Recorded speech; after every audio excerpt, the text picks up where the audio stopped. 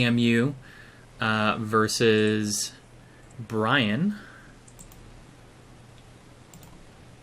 So I'm gonna just get this ready to go. Mm-hmm. And our finals is an AT deck versus an NU deck. So that'll be really interesting to watch as well.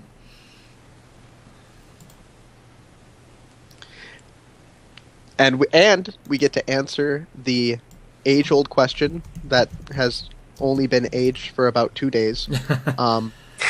Which deck is the king of the new format?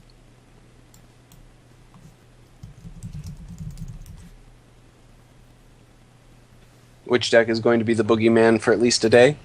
Yep. 24-hour boogeyman. Well, and this is kind of interesting because we have, that unique format for this top 16 because we didn't allow 3.1 cards, and really the only thing that's changed are the cards that were changed due to the patch. So yep. It's kind of this once in a lifetime format almost, unless for whatever reason people don't want to play with 3.1 going forward. Just to kind of see this in the top 16, so a little snapshot of what's going on right now. No, Hey, we're still in the middle of a Guys. time period where people. Guys. Oh, fine, Do fine. we Go want ahead. Justin Ben. Gary on or not? I think that's... Is that really a question? I mean, like a serious one? All right. Well, let's bring Justin Gary on real quick before we move on to the third place match. Do you want to do? Actually, no. We'll have him do his giveaway now when he comes on. He's got a special giveaway for us, but I'm going to go ahead and invite him to the call.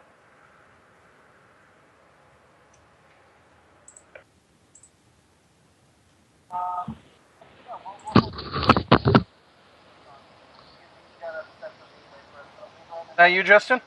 Hey, how's it going? Doing well. How are you? I'm doing great. Good to be on. Yeah. Well, welcome. Next Invitational. I remember last time when we gave you like 50 questions. Yeah. I remember. I had to get prepared here for whatever may come my way. So, but it's good to be back. I came with some plans so I could actually have some things to talk about other than getting bombarded with questions. But I'm down to answer whatever comes up. That's a dangerous promise to make. Yeah, well, my answer might be I'm not telling you, but But he knows his answer is that he's not telling us. yeah, exactly. I'll respond at least. I won't just go silent. That's rude. But yeah, it's exciting. It's been fun watching the event today, and obviously a lot of things are in flux right now, and it's been really cool to see different decks, and I'm actually really curious to see how everything evolves once all the 3.1 cards come in and more new stuff's coming. And again, I'm already deep into working on set 4 and set 5, and so it's always good to take my head back out and look back at where the environment's at right now. So it's really good. Yeah, you never really get a time to stop and play the active environment, right? You always got to be in there testing that new is stuff. the thing. It's so I keep an eye on it, and obviously we're always listening to the audience and reading the forums and and watching these tournaments to keep abreast of where everybody's at. But it's tough. Like I know Kit was saying, oh, why don't we come on and do a stream and play a game? And I'm like, well, I'm really just not prepared to play the current format right now. If you want to play a game with set 4, I'm down, but I'm not ready to do that on the stream just yet. But I do want to do that more, so I think I'm going to try to set up either just do a separate stream or some future event where we can all play some games, because I like playing Soul Forge. It's really a lot of fun. All right. Well, the first question in chat, and I think this is the biggest one. Are bees still confirmed for set 4? I never confirmed bees for set 4. In fact, remember we work, I mentioned before that we work very far ahead in the future, especially when it comes to art requests and getting that stuff done. So it is not something I'm confirming for set 4, but there will be bees at some point. That I will tell you. Bees confirmed. Bees confirmed? Question mark. I still one of the things that amuses me the most, how much this community has rallied around bees. But I'm here to give you guys what you want, so we will have bees at some point. Excellent. Just let us know when the art request has been put in. It's already been put in. There we go. All right, he's confirmed. It's happening. I'll tell you that. I don't think we're gonna. I don't think we're gonna get it in time for Sub 4, but we will have it. This is it. You guys could ask me anything you wanted to ask, and it's bees. That's the number one. That's it. All right. And we can end the stream. Thanks, Justin, for coming on. Thanks for confirming bees. It's been fun. We'll see you later. And that's the tournament. Yeah, we need new logo, Bee Watch. Yeah, so I have some proactive stuff to do here. Obviously, a giveaway is always good times. I did since I'm the CEO, I can make more difficult giveaways and just make David fulfill them for me. Ooh, Nice. nice. It's a nice privilege. So I did a legendary of choice last time. This time I think because we just got a bunch of new precons, I'd like to do a giveaway for a precon of your choice. Cool. So it can be one of the new 4 ones. It can be one of the ones that's not even on the store anymore. If you can name it, we can do it. I was thinking about doing a trivia one, but it seems like at least there's a few people in the stream that maybe are new to SoulForge, and I want to give everybody access to this. So maybe we'll just do a roll for that. Okay. Do you have like a special hashtag or something? Let's go with hashtag bees. Hashtag bees. Yes, You heard I it like here first. Hashtag bees it is, everyone. All right, go, Tom. I'm not sure anybody's going to believe it at first. I know. Looks like they're taking you on faith. they're taking it. They've learned. When the channel owner pastes a hashtag, everybody will copy and paste it back. Oh, You have trained them well. all right. So many bees everywhere. That is a lot of bees. I hope nobody's allergic. Oh gosh. So Make sure you. anywho, Yes. I was gonna say, make sure you have your EpiPens ready. There's a Okay. lot of bees. There's a lot of bees. So I guess the first thing, whatever. I mean, I ask you this every time you get on stream. You should be used to it by now, cough. But like, what can you tell us more about the future of competitive SoulForge and these tournaments? I know we're taking a brief hiatus, but next year's up in the air. But what do you guys have on your end? Well, Anything, you know, ready to share? it's something that we've been working with. Obviously, we love what you guys are doing, and really want to continue to support the the Forge Watch events, as well as now obviously we have our World Championship qualifiers that we've been getting a great response to leading up to the World Championships for next year. That cycle is the sort of plans for after that are something we're still working on closely. It's a lot of it depends on, as I mentioned the last time, sort of at what phase we end up getting more and more functionality inside the game client. One of the things I'm actually most excited about is we're finally going to be running our Kickstarter tournament, which we've been waiting to do forever, and that's going to use the kind of phantom constructed. I forget what we ended up deciding to call it. I used to call it God mode.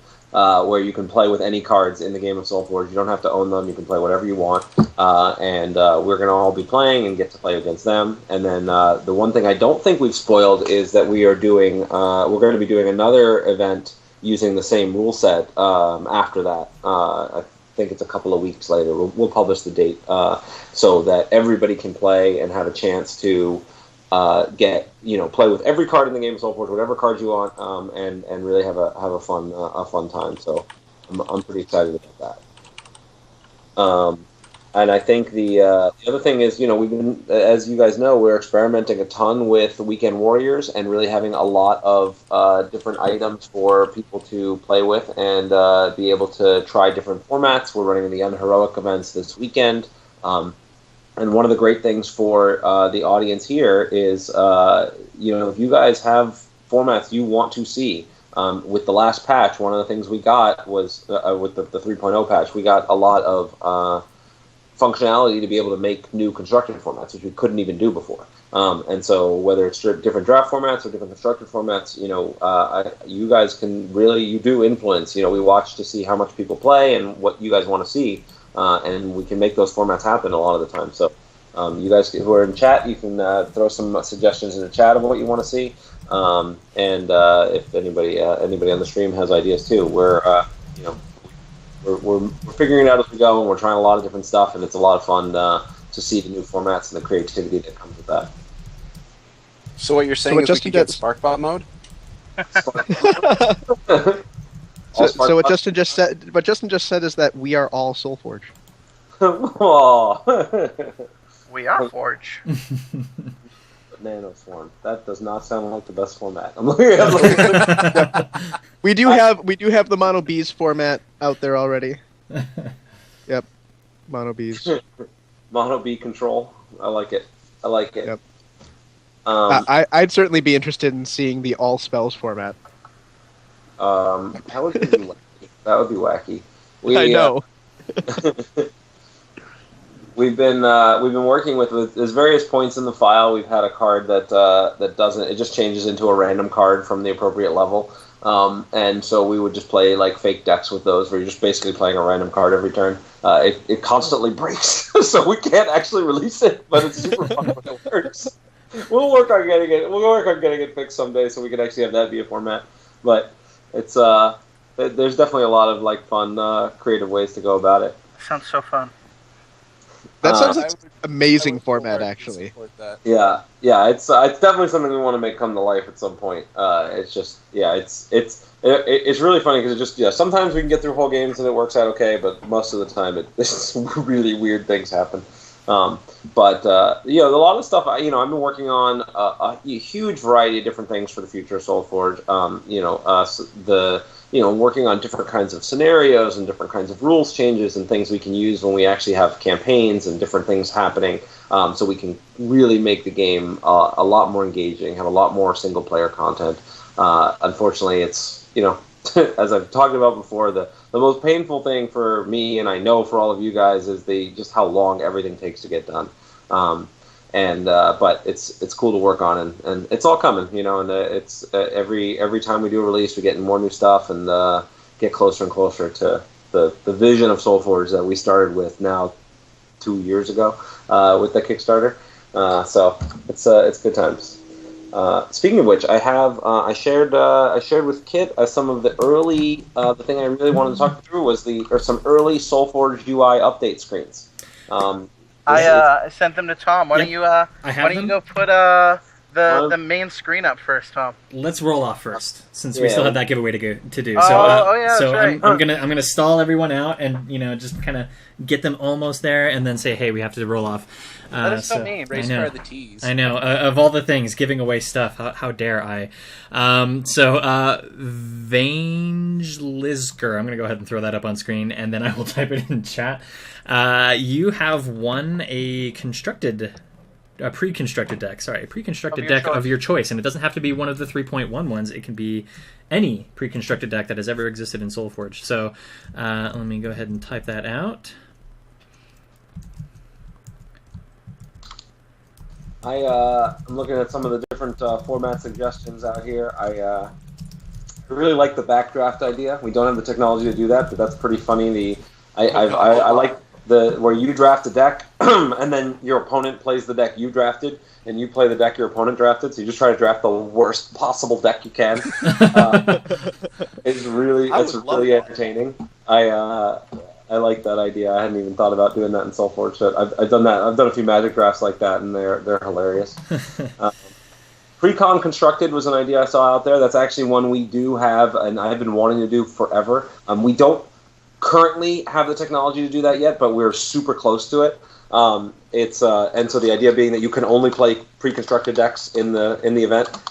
So it's just like all kind of on a balanced sort of thing, and we can let you have one of the reasons I really want to have that format be enacted is for new players. It's fantastic, right? Like the ability to just have something where it's like, okay, I can play an event that, like draft, is balanced and it's fair. It doesn't matter what how big my collection is, but unlike draft, is a lot less intimidating to just get started in. Right, you can know the cards and you can kind of play. And right now, a new player just jumping into draft queues is just going to get demolished. So something like that, I think, would be that's something we will make happen at some point for sure.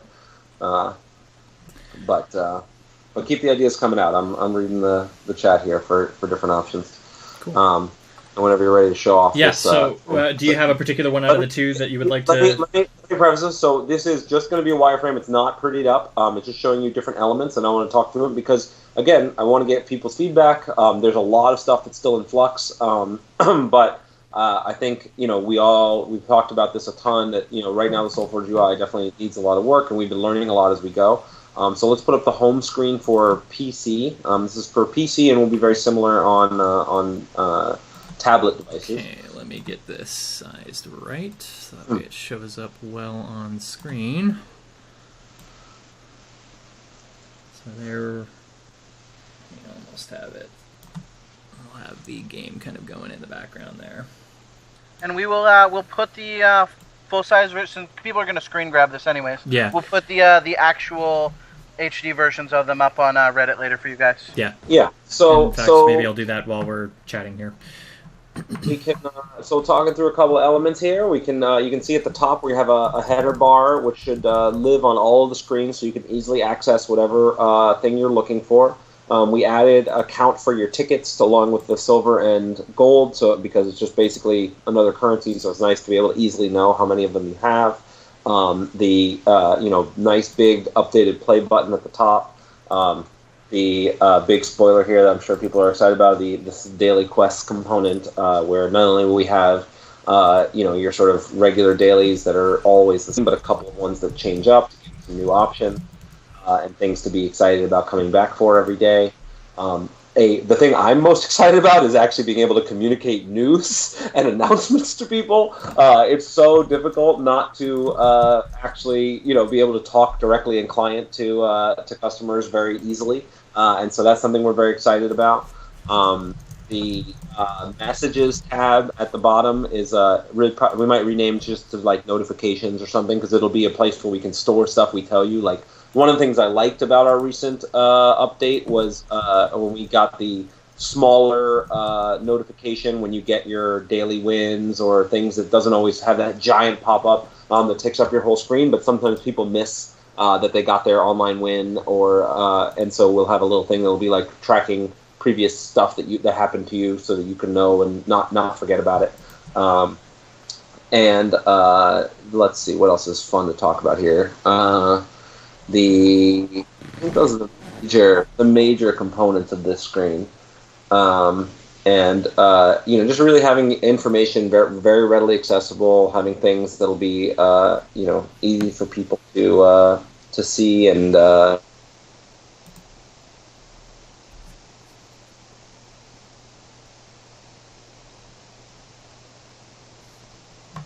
Did we lose him?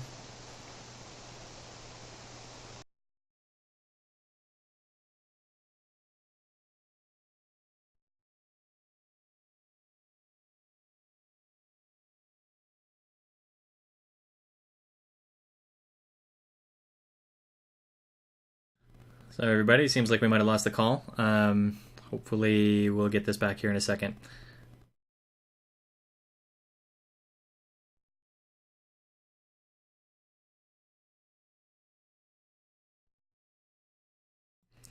Worst case scenario, we can always switch over to Google Hangout and keep things going. Oh, hello? Wait. Oh, all right. No, somebody does not want me to reveal what's going on with this. I'm not sure what time I got cut off there. What was the last thing you guys heard? Yeah. I think you were just looking through to see if there was anything else you wanted to talk about on the home screen. I know. Did people hear? I mean, I talked about achievements where. I remember messages tab. Messages tab we talked about, so that you can actually track relevant things that happen to you. We are not planning to have chat in the near future. Chat is a dangerous beast. I'm glad we have, for those that are playing on PC, the Steam chat's a great place for people to be able to connect and have some community built around.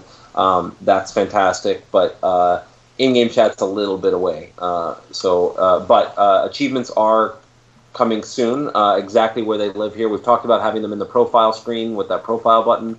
We've talked about incorporating some of them into the daily quests. It'll kind of show you the next achievement you might want to be pushing for. So we're still working on exactly where that lives, but most of that infrastructure is already in place. So that will be coming in the relatively near future. Full screen and resizing of the client for different screens is a priority for us. That's a problem.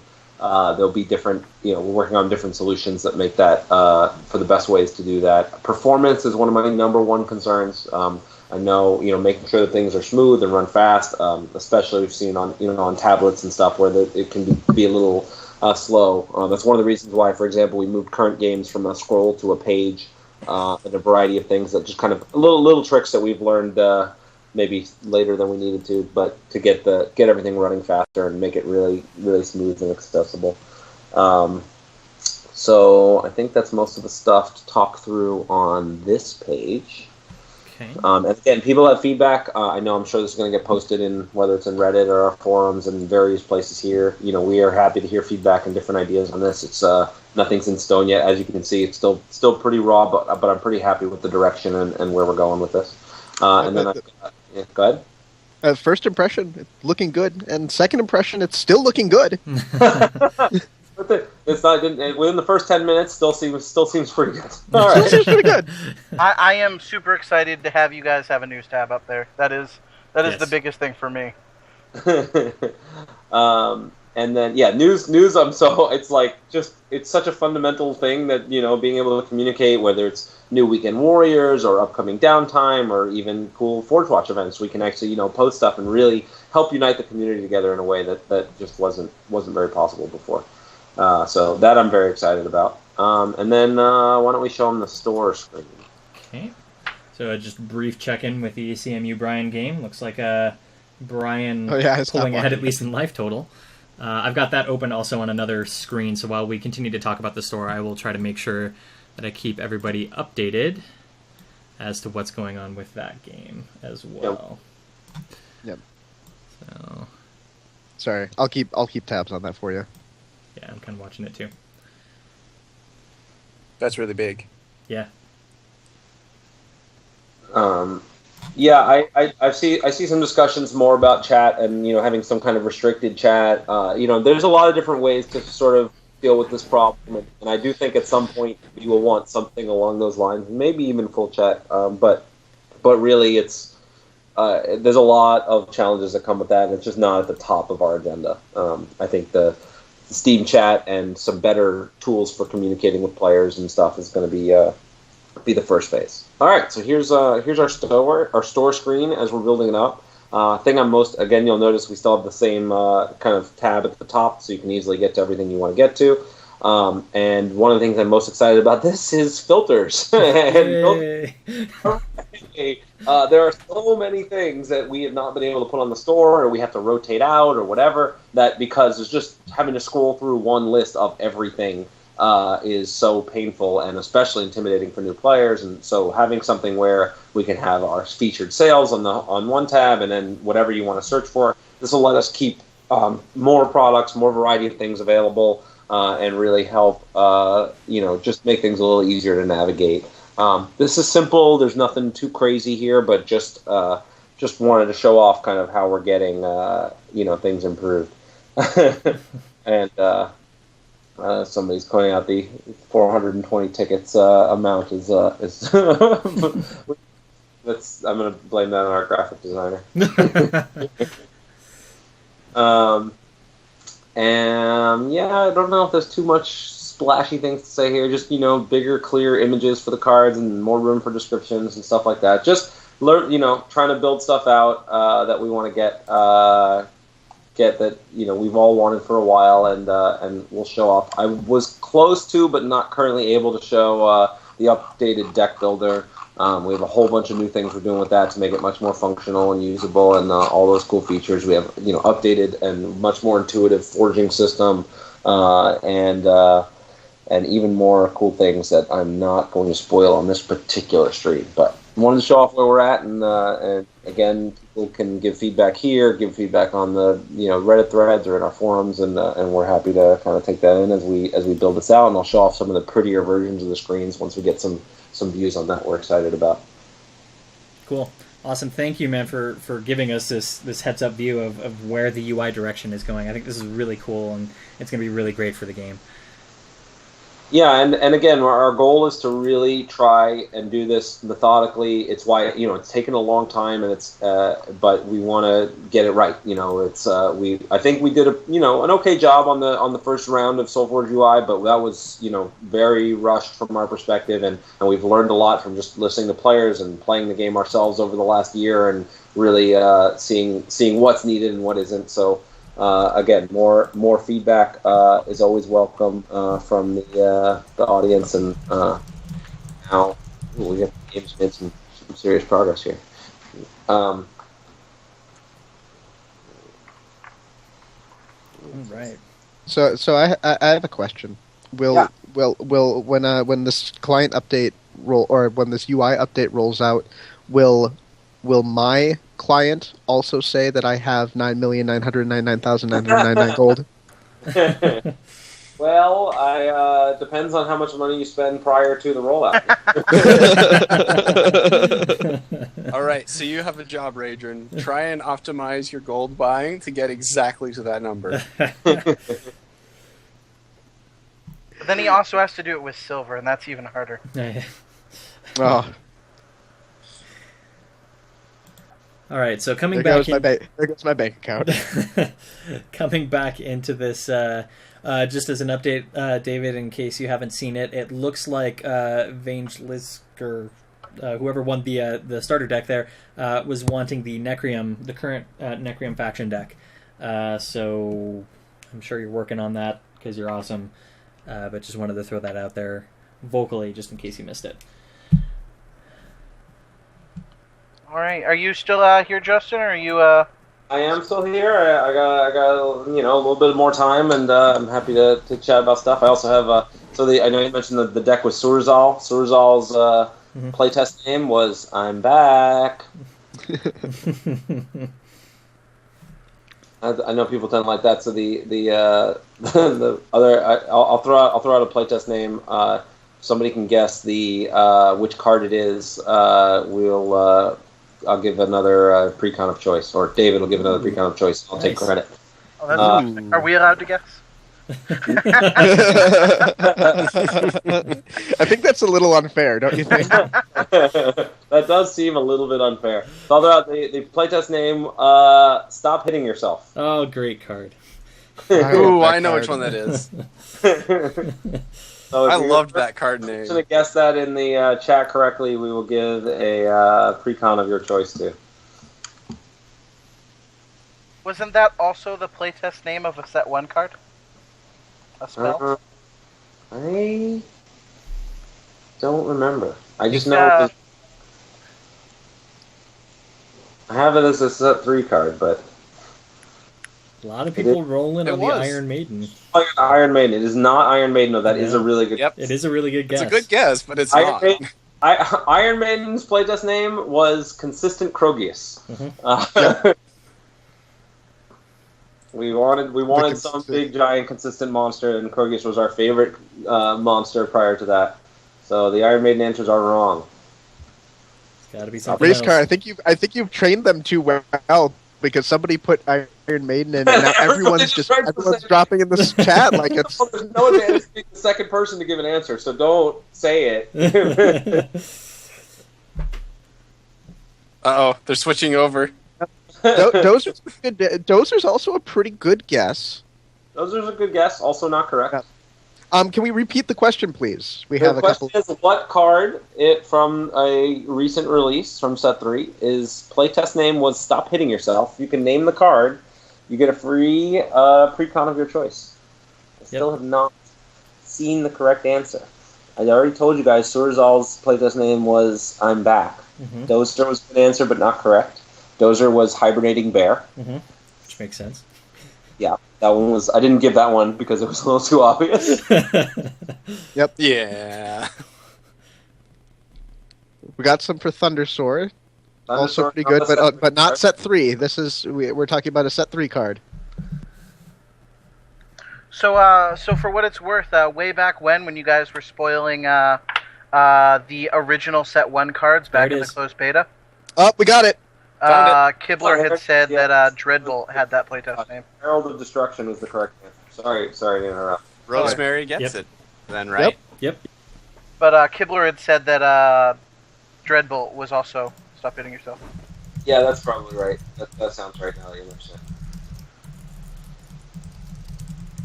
Just Well funny. done, Rosemary.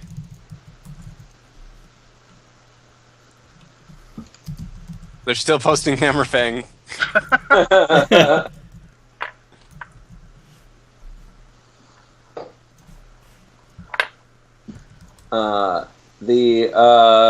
Yeah, that's another one. Probably people should be able to guess. We're not getting a prize for this one, but the Mulcher was the playtest name. Yeah. Yeah. That one's pretty easy. Should be reasonably obvious. Mm-hmm.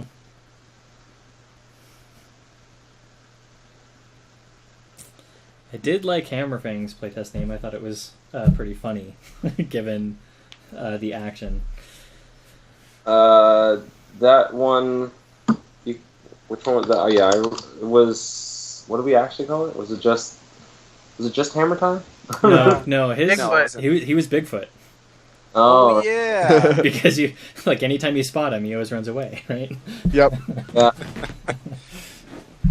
Super clever. Yeah, I really liked that one. Somebody guessed correctly. Torg, my guardian, is Mulcher. Yep. Someone's Lily Eve 666 is asking in chat. What is the timeline for trading? I am not answering that question right now. It is. It's Soon, one of the top trademark. priorities. UI, and player to player card transfer stuff is our kind of the two of the things at the top of our list. But I'm not going to give a specific date. I will. I did promise to talk about a major new feature, and in my next article, I do. For those that don't know, I do monthly articles on SoulForgeGame.com where I try to answer community questions and talk about the future of SoulForge and really help to. One of the lessons we took away from really early this year and continuing is to try to keep as much open communication as possible. But I also have learned the lesson from now the last 2 years that giving away information too soon is almost always painful for everybody because sometimes things don't end up working the way we think we're going to work, or we end up coming up with an idea that's better than what we had originally, or things just take longer than we think they're going to. And so I've learned not to make commitments that I'm not at least pretty darn confident that I can commit to. So that's I'm going to hold off now, but I promise more exciting reveals and information are coming in the not too distant future, and we know how important this stuff is for everybody, especially for our current player base, and we are working on player to player card transfers as well as and that's it's something you really have to get right. If that gets screwed up, then our customer service blows up and everybody freaks out, and I don't want to do that to our wonderful customer service team. They had enough trouble after the set 3 release, and we had tournaments go down and every other thing. I watched we had like a 8-fold increase in our usual customer service load, and so we're gonna make sure we get this one right before we roll it out. I see a comment about structures. Are they still a dream in the future, or?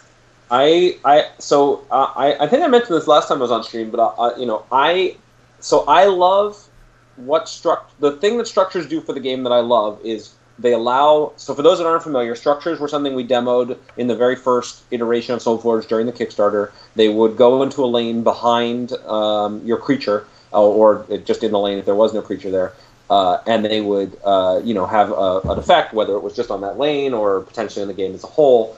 And the thing I liked about them is that they were much more durable than creatures, right? The creatures don't tend to last very long in SoulForge, and so having game-altering effects, they don't really get that. You can't really build around them as much for more than 2 turns. The downside is, and the reason why we haven't implemented structures for so long, is that it increases game complexity enormously. First of all, getting the UI to display everything correctly and make it easy to understand what's happening is one challenge. And 2, it's just doubling the number of potential permanents that are on the board. So instead of having, you see the board in the game right now, there's 8 different things going on, and figuring out what to do with that, plus cards in your hand, is a lot. Imagine, 20 things on the board. And I've come around to the position that, SoulForge has plenty of depth and complexity going on right now without adding another 10 permanents to the board. And so what I've been experimenting with is trying to find ways to get the advantages of structures, which is the kind of more permanent ongoing effects that will, modify the game state and really give you different strategies to play to without having 10 more things show up. So I've been focusing a lot on this in playtesting and different things for future sets, as well as different mechanics we're exploring, particularly in set 5 and some other ways. But right now, my position is that structures, as they were in the demo back when we were doing the Kickstarter, are not a good idea. But I want to get the cool parts of structures, and I'm very focused on making that happen. So hopefully that was a long answer, but that kind of gave you some insight into kind of where we're thinking. I see PTK Tempo saying game complexity is a good thing, and that is a complex answer too. Also, there's strategic depth is valuable, but the complexity of just understanding what's happening and being able to see and know what's going on is not a good kind of complexity. You want to be able to know what's going on pretty easily, and then have a lot of strategic depth in the choices that you can make from there.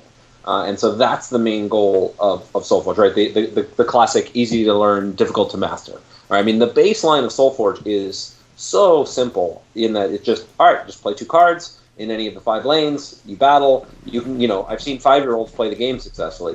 But as you add more and more cards and more complex effects and more things happening on the board, it becomes harder and harder for people to be able to jump into the game and know what's happening and be able to play. And it's really important we don't lose that, right? Just because especially for people that have been playing the game since the beginning, and you know all the cards super well, and so every extra layer of complexity is just like one new thing to learn. But imagine you got to put yourself in the space of people that are just picking up the game now, how much they have to take in and how hard that is to do, and we have to stay focused on that too. So I don't think we've lacked in strategic depth and complexity and how complicated the game is to play well.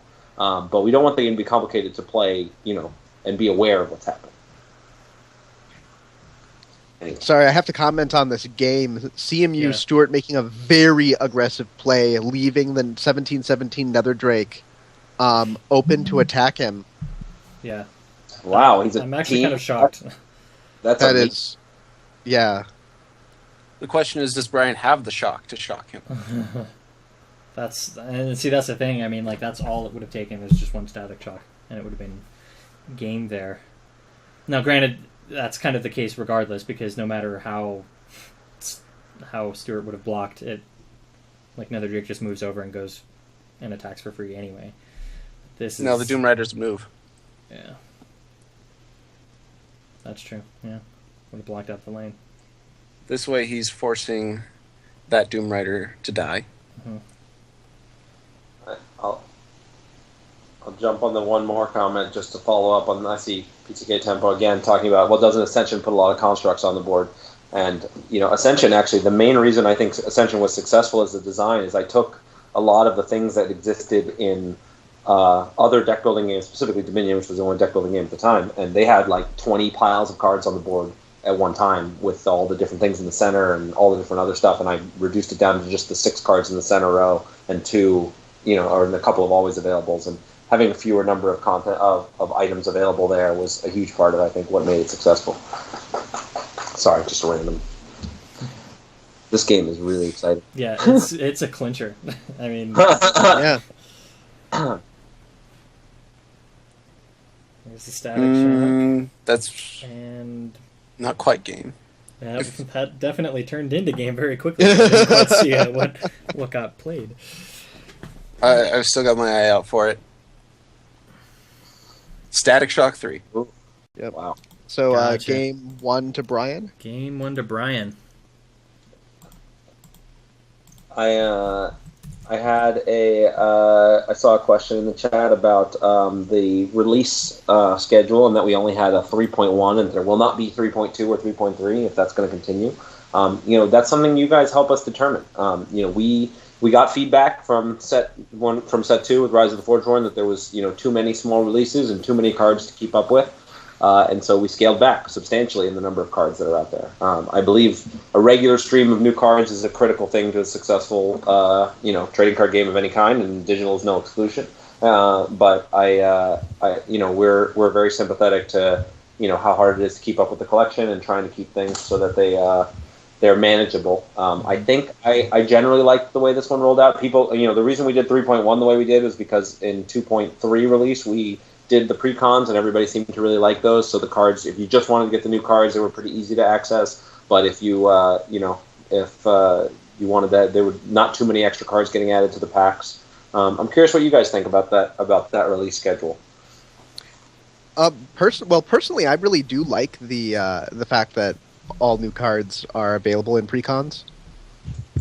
Or I should say the new legendaries are available in pre-cons. It definitely makes it convenient for me when there's a specific deck that I want to play. Yeah. Just knowing that you can get the specific cards that you want by getting the precons is pretty good to me. Yeah. And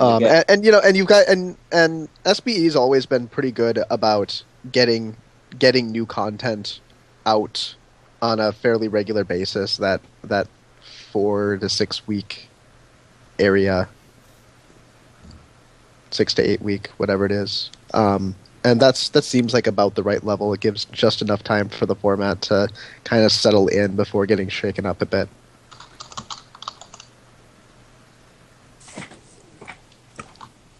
So I've been happy. Yeah, were you going to say something, Kit? Oh, I was going to say that I think that I've been really happy, especially with how 2.3 got rolled out with the addition of the pre-constructed decks. I think that was a great step towards what I've been hearing the community want personally. I think that the last thing, not to put on a spot at all, but the only other piece of feedback that I've heard routinely is like getting a week gap between when things become craftable and when the next things come out.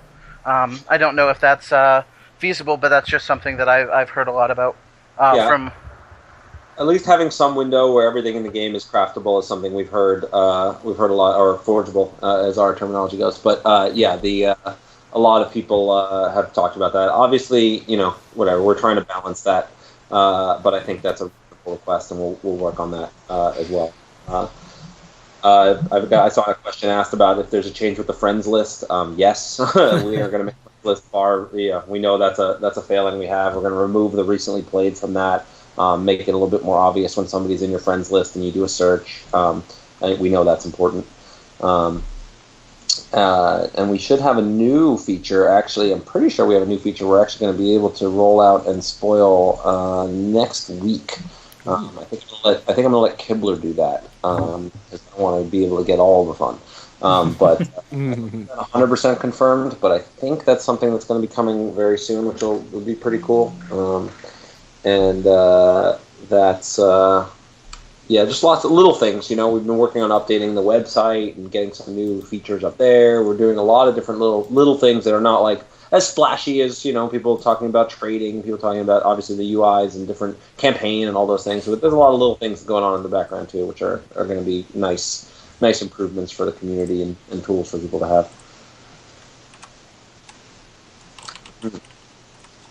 I like that. That's good. Yeah. These are good things.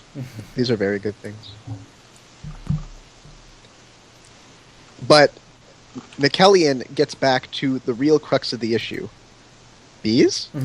Let's focus on what matters here. Right. And everything comes full circle. Wasting their time on anything other than bees is not optimizing. Got it. It's so wonderful to see the community band together on at least one thing. One thing we can all agree on. I'll bring up one of the sort of controversial topics at risk of starting a war here. I constantly wrestle with the timer. It's something that we see a lot of people complain about. It's something we see some people, vehemently defend. That the sort of chess clock version where it's just, you have currently where you just have, 20 minutes to play your turns versus a turn timer versus something in between.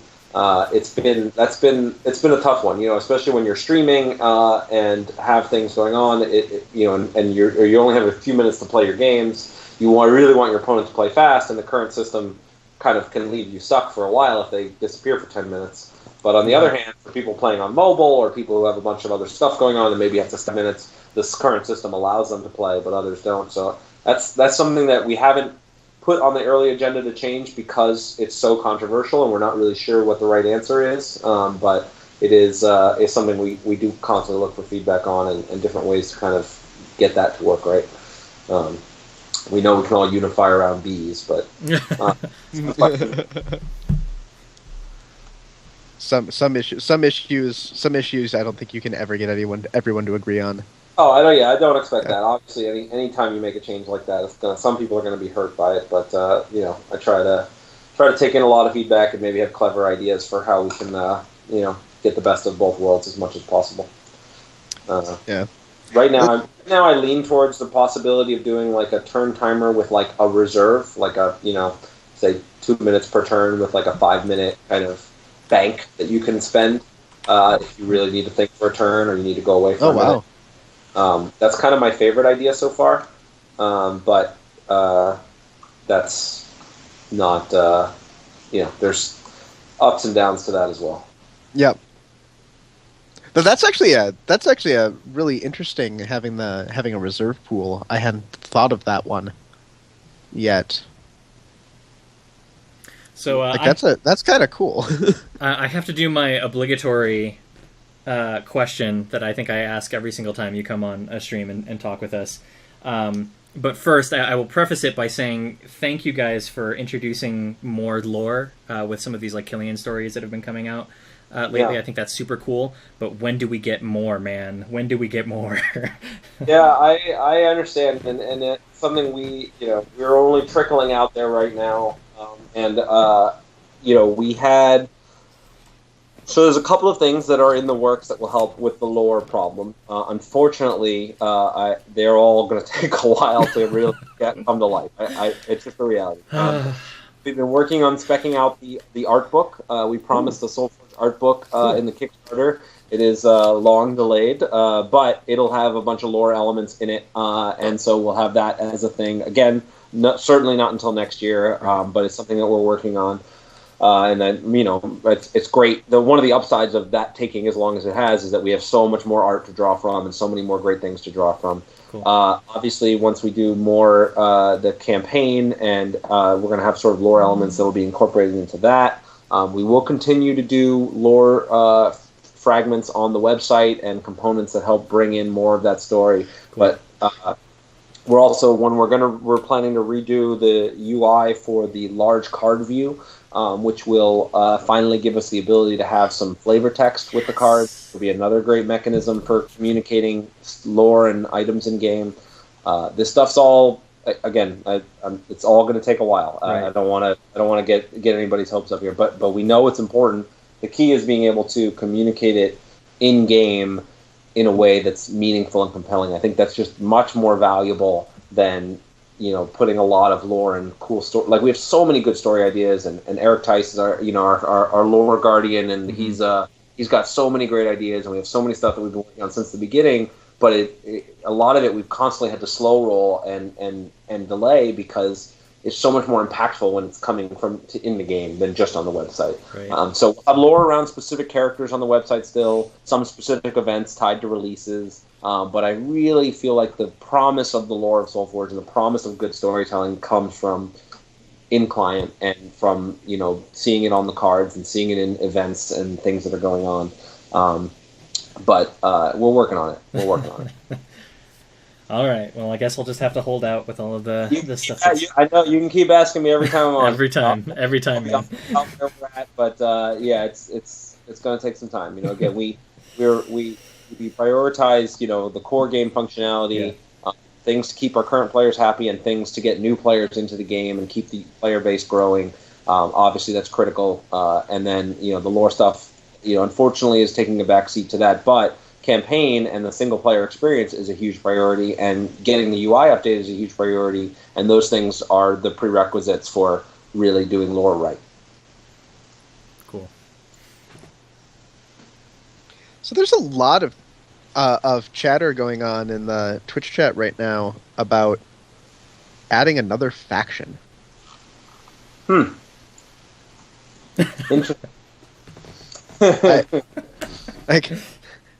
That's quite the response there. Interesting.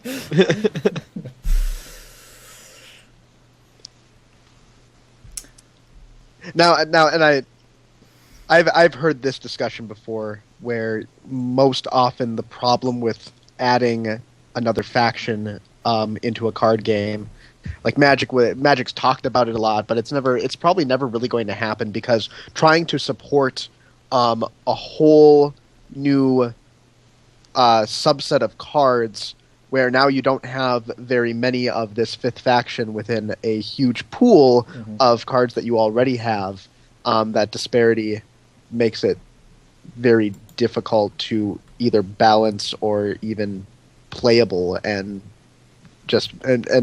gets bad feelings all around.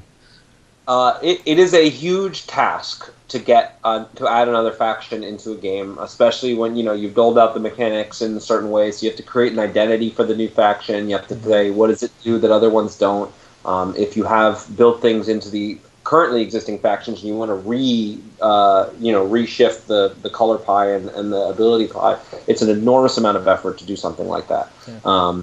And so it's not easy, and it's a big task if you want to do that. We've talked about it in Ascension for a long time, adding a fifth faction, and we sort of decided it really wasn't the right call. And there's a lot of, there's always, it's something that's, I think we're in a similar boat to where Magic is, where it's something we, of course we talk about it, and it's something that's a kind of a running gag around the office every time we have some new mechanic that we're not sure where it goes and which faction should get it. They're like, we'll go in the fifth faction, but it's not not something that you should be counting on anytime soon. But it's something we certainly have talked about, and I'm sure we'll continue to talk about. Yeah. But what about factionless cards? Factionless cards are an interesting space. They're really there's a nicety in saying, this is a card that anyone can play with, but on the flip side, it has to be in general worse than any card that's in a faction, right? If it's something that's better than if it raises the floor on what a faction is able to do, then it reduces the value of having a color pie and having certain factions be strong at one thing and weak at another thing. So factionless cards is the kind of stuff we do. We've talked about doing for fun. The what is the kind of Momir Vig type effect of being able to have a card that puts a random creature into a lane or plays a random spell, right, is the type of thing we might make factionless, because it's it's anything and it's totally sort of for fun. I think the gameplay value of having normal constructed level type factionless cards is, I don't think it's that exciting, to be honest. I think it's much more exciting to have things like we did with the allied cards and things where it's like actually more restrictive to get their maximum power, and it lets you do things that neither faction could kind of do alone, but together. I mean, Dissident Brood Queen, maybe we overshot a little bit, but the idea of like taking the Scourge Flame ability of sacking a guy to kill something and then adding a token generation to it is like, hey, this obviously goes well together, and neither faction could have done the other ability by itself, but when you unite them, you get this cool functionality. So those are kind of the types of effects I find more interesting from a game designer or developer standpoint than factionless cards. That's just kind of, I'm not saying it won't happen, but just sort of giving you my philosophy on it. Yeah, no, it's interesting. All right, so I've got one question. We're probably nearing the end here, but when you look back at all the cards that you've released in 2014, what are you most pleased with as far as execution, something that really came together nicely and that you and the team feels particularly proud of? Interesting. There's a lot. That's a sweet question. Yeah, that's a lot of that's a really interesting stuff. I mean, I really like my favorite thing by far is the Forgeborn. I think they are super cool. They are, I think we hit a really good sweet spot for power level on, almost all of them are seeing play with some regularity, and it's my opinion that the ones that aren't seeing play will once the format shifts a little bit. I think, Killian is super fun. I love leveling things up and having that kind of functionality there. I think those are my favorite thing that we've been able to do, especially also tying into, your lore question. These guys have more personality. They have more story behind them. They really help bring the game to life in a way that they weren't last year. The game, and I think, you should expect to see more of that and some cool twists on it. But I think those by far are my favorite. And I think my favorite amongst them is tough. Killian may be my favorite Forgeborn so far, but that's tough. It's choosing between all my children here, but that's the thing I'm most proud of right now, and I'm pretty excited about some of the things that are coming up. But that'll be my answer. Great, thank you. All right, I think I'm running out of time here, but this has been awesome, and I'm looking forward to seeing the finals here and coming back on and chatting some more, and actually maybe even getting in some games on with live servers. That'll be fun. That would be great. Yeah. Thank you so much, Justin, for coming by. We really appreciate you taking the time out of your day to come and chat with us. It's great being here. I love what you guys do and how much the community rallies around these events. It's great to watch and great to be a part of. So thank you guys. Thank you. Have a good one, sir. It's fantastic. Bye. And that was Justin Gary, everyone, CEO of Stoneblade Entertainment. So back to the game here. Been I feel so naked without my overlord here. Really interesting. I saw CMU managed to pick out a Varna's Pack 3 with that Etherphage a little bit ago. Yep. So that had to hurt. Oh yeah, definitely. Losing the Pack 3s are pretty much your main threat, or not your main threat, but one of your main ways to get pressure late game. Yeah, that is a big hulking phage. And I wonder about that. So is Aetherphage the reason for the Pactless Brood Queen deck kind of starting to show up? No, I think Pact just became less interesting for a lot of people when the Broodfang got nerfed, because Broodfangs often go into the dead pile as well as the Hounds, so obviously you have two different things that you're wanting to pack back, and then get huge and just become like ridiculously great removal. And so with Broodfang kind of being out and Direhound being really the only major reason why you would want to Pact for the most part, I can imagine that you don't necessarily want to risk the late game Varna's packs that just bring back a bunch of really crappy level ones. Yeah, don't end up getting there's the value that you're also looking for. There's also the Lotus change in that now you no longer get copies of its pacted back. Yeah, not getting back copies of Lotus when it's pacted back sucks, but it's for a good reason. Yeah, it severely diminishes the number of good creatures you have to pack back.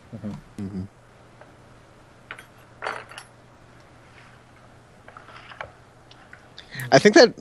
Do you think that we're going to start seeing a lot more of cards saying from hand because of Varna's Pack? I think there'll be a lot more thought behind which cards get it and which cards don't. Yeah, I agree with that. I mean, you already see that now. There's plenty of cards that do say very specifically from your hand, and those are clearly cards that scream, "You should not be playing this with Varna's Pack, sir." Yeah. Yep.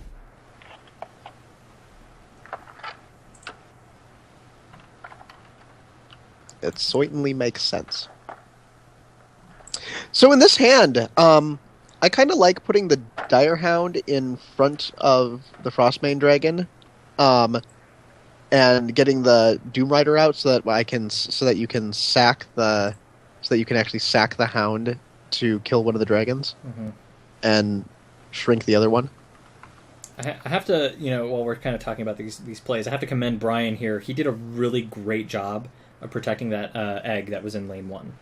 Yeah, he did. To get it as far as it was, to make it still be a difficult choice for CMU here.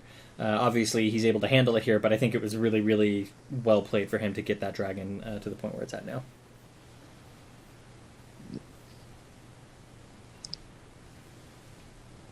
And a buffed Brood Queen. Very difficult to remove. For CMU Stewart.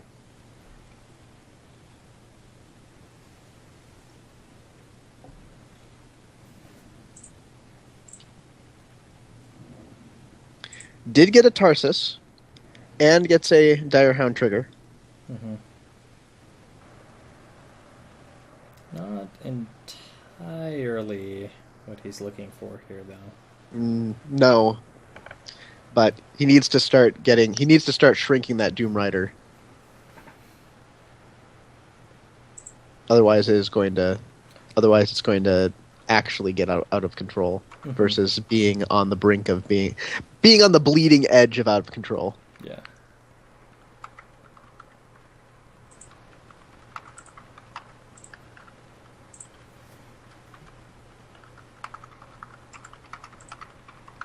Yeah.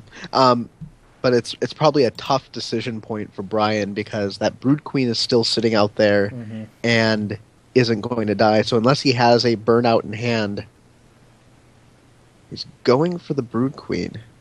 Yeah, I think I have to imagine that means that he's just making a difficult choice here on the do I save the Brood Queen or not. Oh, nope, he's got the Cinderbound, so that'll actually clear it. Okay.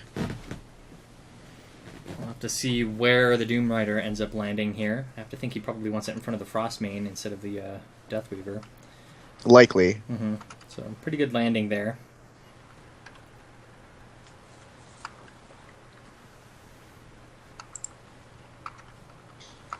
Yep, so that did work out pretty well for Brian.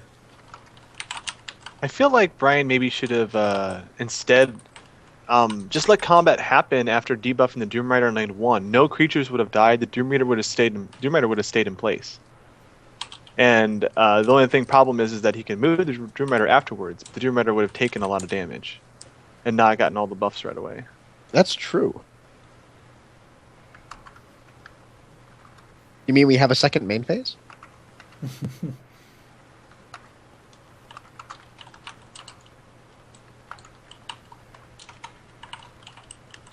And actually, in fact, he could have intentionally moved the Doom Rider in front of Tarsus, which would then have killed it. Because he could have killed the Brood Queen with the Cinderbound post-combat. Yeah, but I don't like I like where the Doom Rider landed there. I don't think he wanted it in front of the Tarsus. Like I don't think he wanted the Tarsus to die to it. So I think ultimately it landed in the right lane for Brian.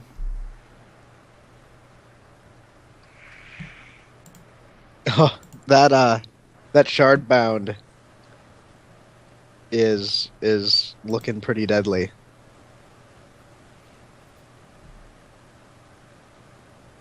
CMU's hand is disgusting. Yeah, I imagine this is bye-bye Doom Rider. Well-timed Barbarian. That's what? 12? 12 damage? Mm-hmm. I have to imagine that he just puts it on the Doom Rider and has the trade happen. There it is.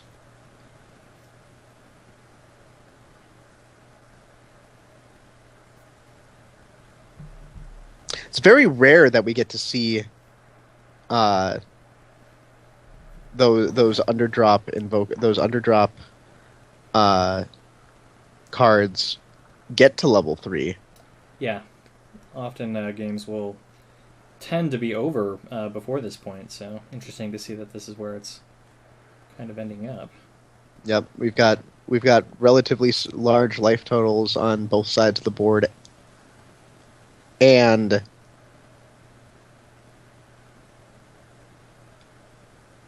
I lost my train of thought.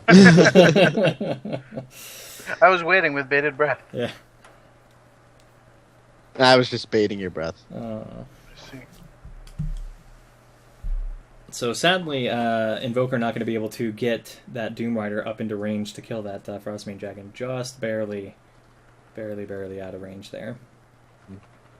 But pumping a Brood Queen is not bad. No, honestly, it's actually probably a pretty smart idea to just try to get it up a little bit larger, get maybe a little bit more value out of it later on down the line. Yep. Unless...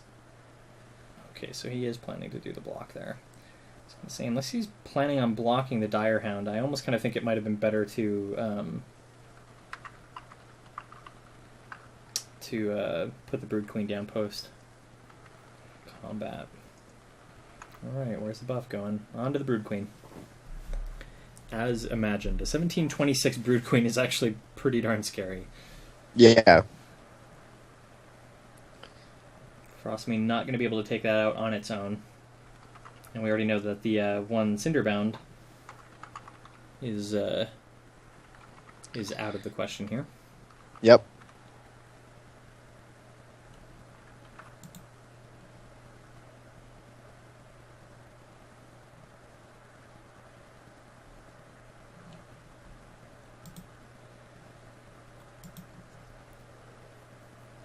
I think it's the first game we've seen today this far into player level 4.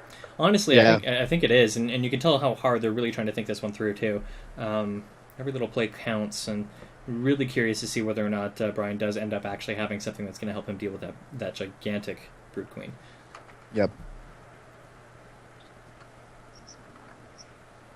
He has to deal with the Brood Queen, get the other two creatures off the board, because even 14 attacking every turn will decrease your life total quite quickly.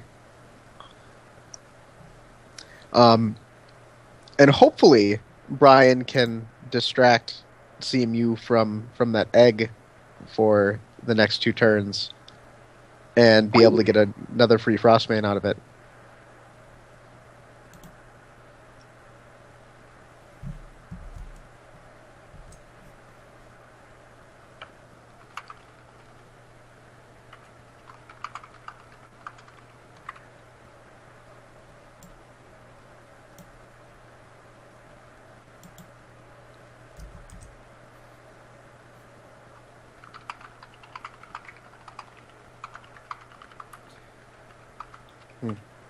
Yeah.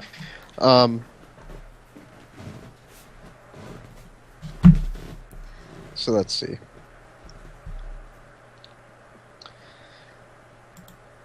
So yeah, priority number 1 here is Brian has to get rid of the Brood Queen, but he also has to do it in such a way that he's not going to be taking a bunch of damage from the Aetherphage and the Invoker.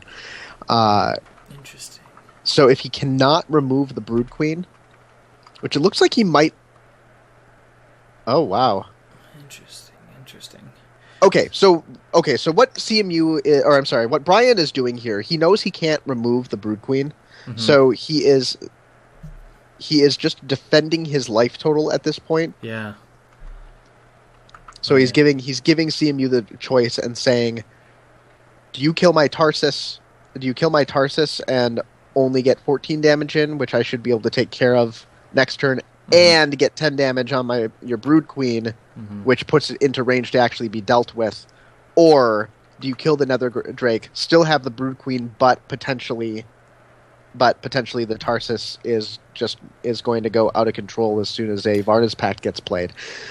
Well, so here's the interesting thing: he doesn't kill the Tarsus, and for whatever reason, if he kills the Nether Drake, let's put it that way. If he kills the Nether Drake, Frostmane Egg pops at the end of next turn, and could potentially become huge if that Tarsus manages to stick.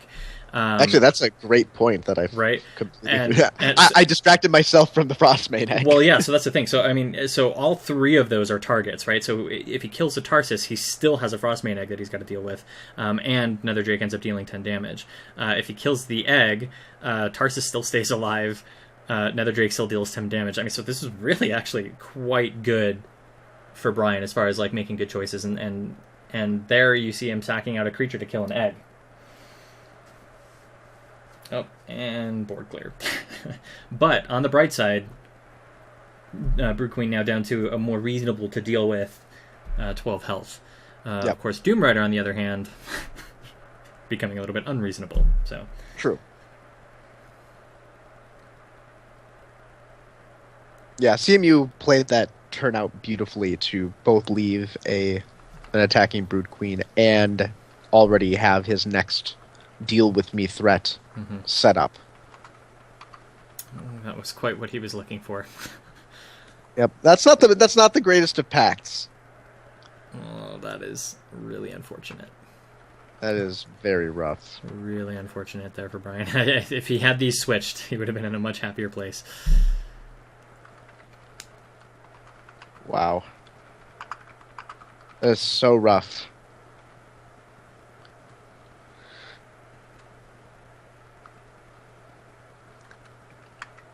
Now, Brian does have time, is the thing. He's still sitting at a very high life total. Mm-hmm. And this next hand here from Stuart, while he's going to be able to do some really great tricks with the Brood Queen that he still has alive and the GGDR, he's not like turning his situation from kind of winning into win more, right? So he's just kind of maintaining at this point. Yeah, he's going to get the Doom Rider out of a place where it's going to start having a poison tick, which is good. But, yeah, I mean, aside from that Doom Rider... Not much else happening. Not much else. So, do you just ignore the Broodfang token and drop an 8/8? Because we're trying to get from that winning to win more state.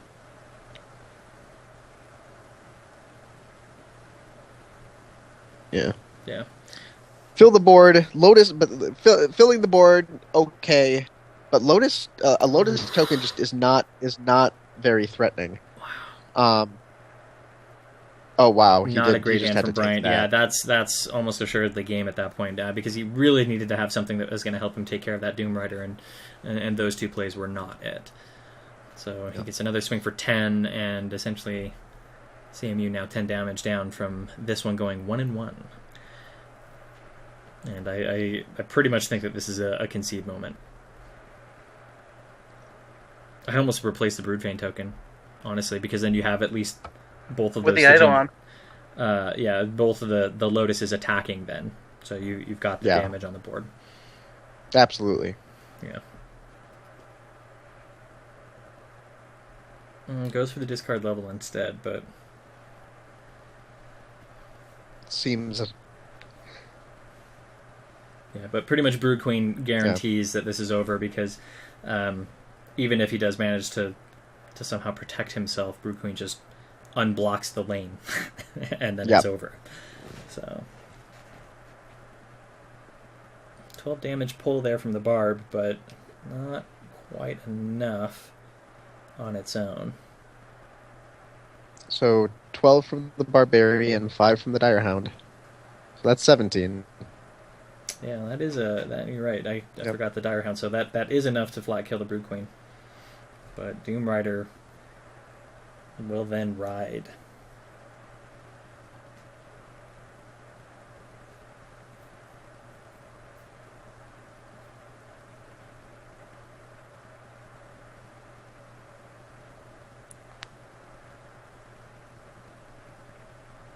Yep, and it looks like he's just taking out the Brood Queen right now. Yeah.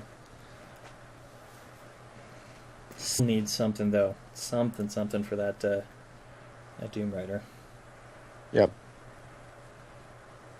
And even then, it won't matter, because when those Lotus attacks into the Direhound, it's just going to move over again. Yep.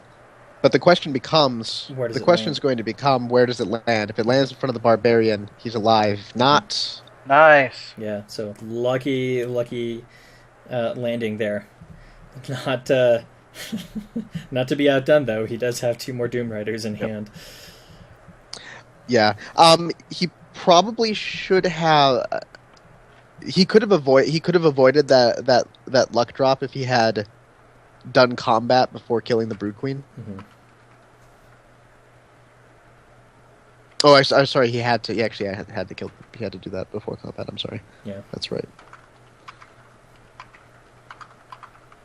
So definite props for living way longer than he should have, I feel like. But this is getting Yep. to be too much, I think, for Brian to be able to handle here. Too many large creatures and too much punishment for killing off creatures on the board.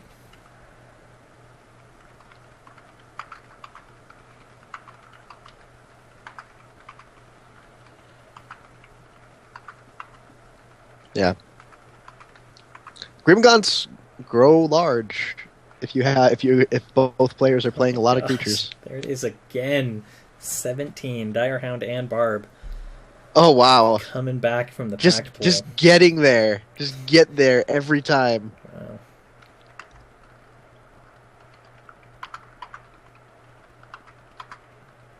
Oh my goodness. These pact pulls are just unbelievable. It's ridiculous.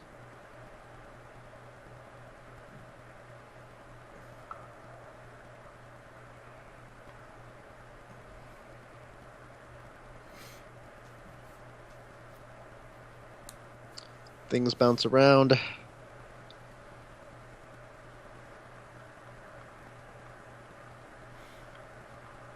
That Etherphage has to put a stop to these packs. Yes. Pretty hard. Yeah. Oh, man. Unbelievable. Manages to fill the board. Now that's actually this is my one complaint with the UN Brood Queen deck, is that the deck has no reach. At all. The deck has no reach. Your reach is filling the board or having a Doom Rider bouncing around or destroying something with playing a Brood level Queen. 3 roar. Yeah, essentially. Yeah. Which isn't a priority level thing, so I mean you get to player level 5 as we are, and I don't even know if he has a level 2 roar in his deck yet. I'm No not sure he spells does. in hand. Yeah. Now this might be game. Yeah, since we know there are no spells in hand, he can't fill all 3 lanes like he needs to.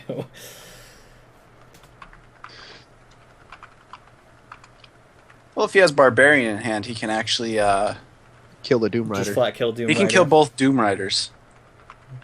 Just one of them, right? Yeah. Well, if he has another creature to play.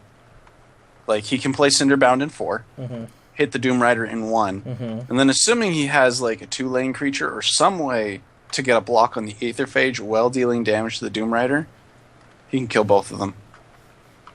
Alright, well there's one Doom Rider going down.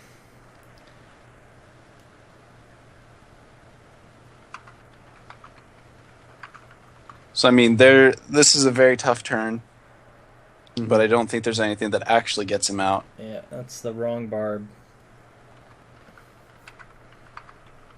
Yeah, it needed to be Barb 3. Yep. Unfortunate. Alright, so going to 1-1. game 3, fighting for 3rd place here.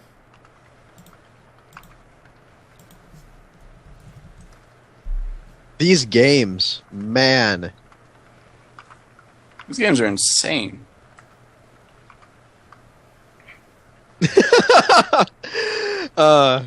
That's the PTK is PTK is went ahead and just mushed my comment together to my problem with UN is that there's no Tempies.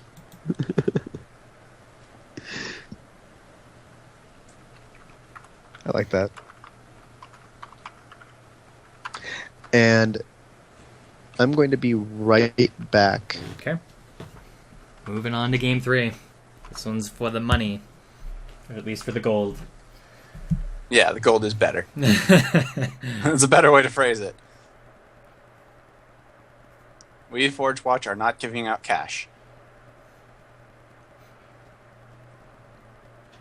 Alright, leading out with the egg. I imagine we also see the Brood Queen from Stuart here.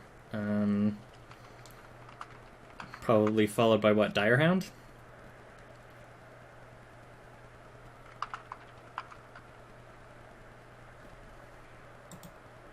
I could also see a Doom Rider going down. Yeah, Doom Rider could be safe.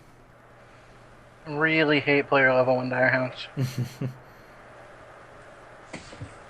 I hate them unless I'm playing Kaitiri's Packed Burn deck, where you use those to make sure you draw your Shapers and Masters, and not have to level spells.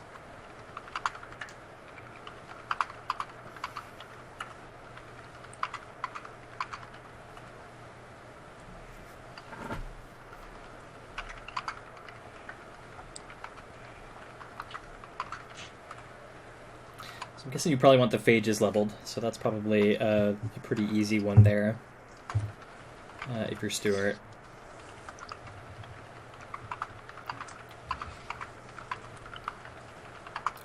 There's a Dire Hound. So are we going to see the Doom Rider go bye-bye? I think it's probably going to be the Brood Queen. You think so?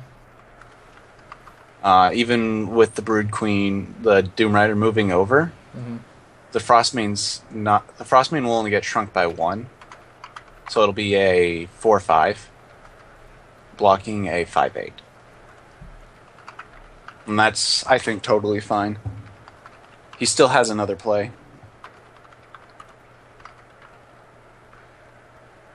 It all really depends on what he does for his next play, on where he points that. All right, so he's pointing at the Doom Rider. Yeah, I think this Skill is... Shrieked. Yeah, there it is. The 0/3. Really well done there.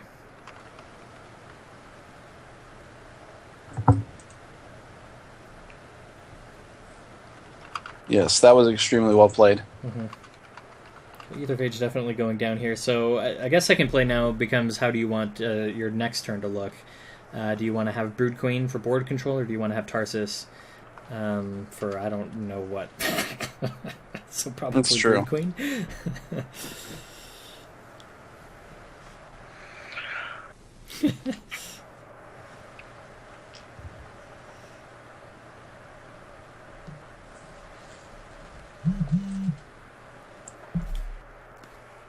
I hear a phone.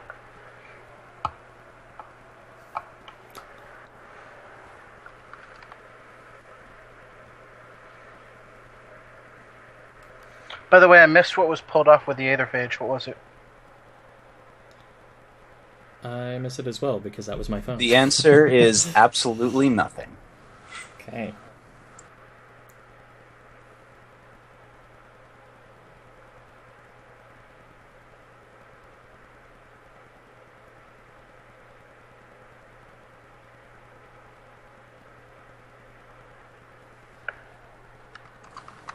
We have bets down in the chat that dragons will be winning because winter is coming. Sounds oddly appropriate with Frostmane dragons going down.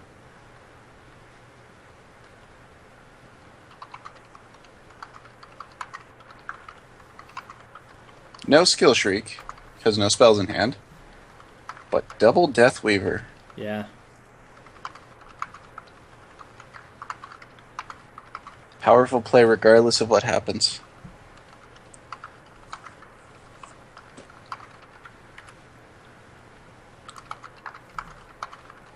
Enswaxor does bring to a good point that we are all spelling Dargons incorrectly. Dagron? No, Dargon. Everybody else is calling it Dragon. Oh, I call it Dagron. So if I'm gonna say it. Dag Nabbit Ron? That's all I can think of when you say that.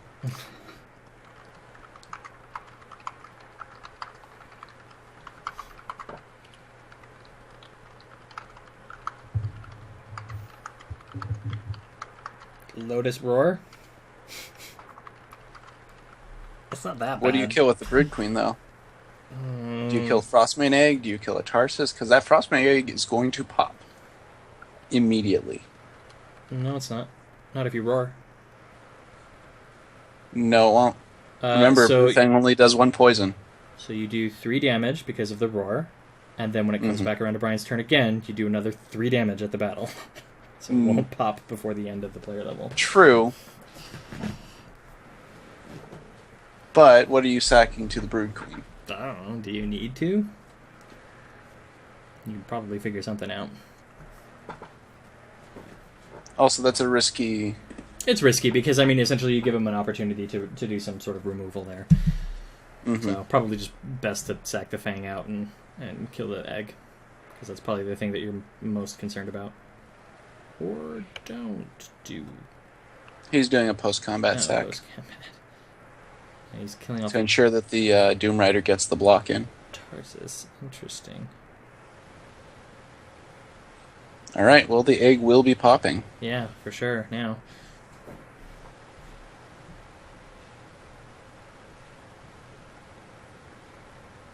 Holy Ghost, Kit is actually the mother of Dargons, and has been since the closed beta.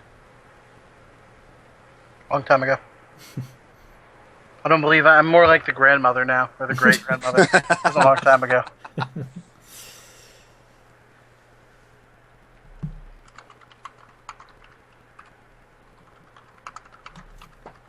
Oh, JMO, you do Radrin proud.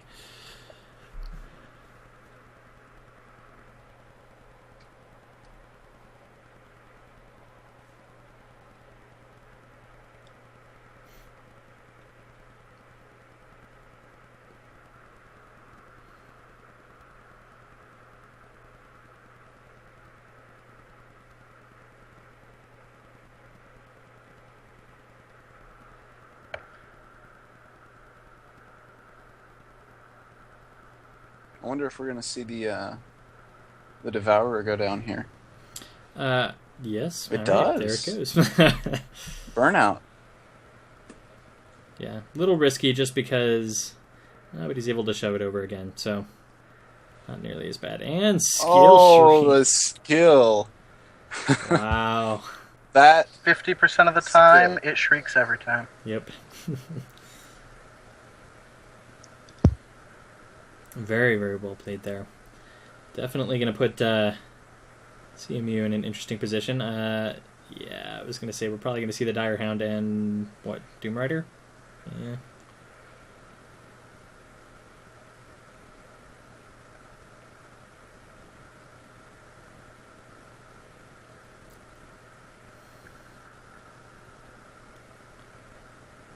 Those skill shrieks are the greatest skill imaginable.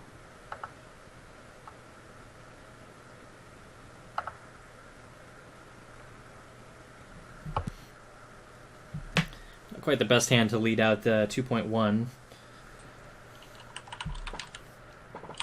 We'll have to see how good Brian's pulls were. But honestly, if Brian drops 2 level 2s here, that could be devastating. Here's one. Oh, I think we're seeing a skill shriek. Oh, Could still see one. wow. I think that's okay. I think that's good enough. Things are Maybe. looking dire. Yeah. Pretty rough. Wasn't quite 2 level 2s, but given the fact that the Dire Hound's at a 9/9, it's pretty darn close. There's been a lot of 03 Doom Riders this match. Mm-hmm.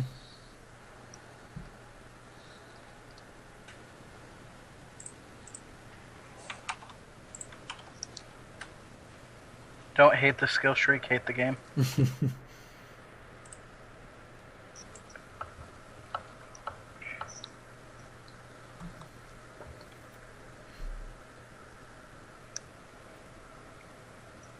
Wow, that is really unfortunate for Stewart right there. That's going to be tough to get back from. Yeah, I mean, he can Echo Wisp, kill off the Drake, and then what, like Shardbound? Well, he The can other Echo Wisp.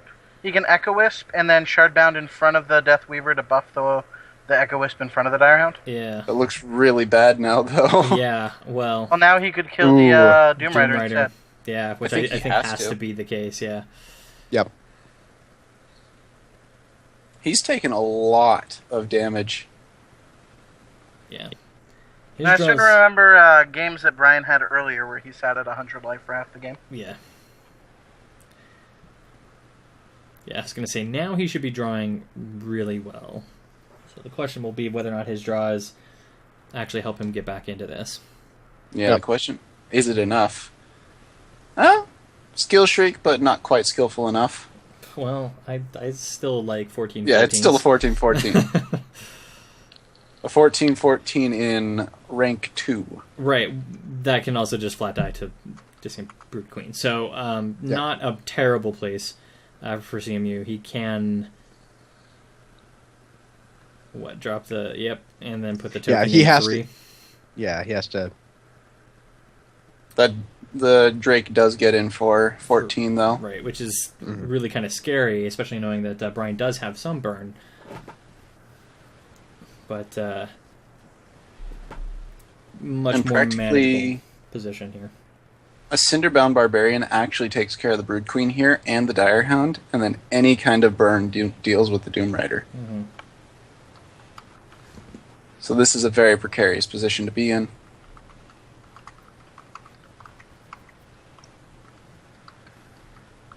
Oh, the Echo Wisp. Static Shock.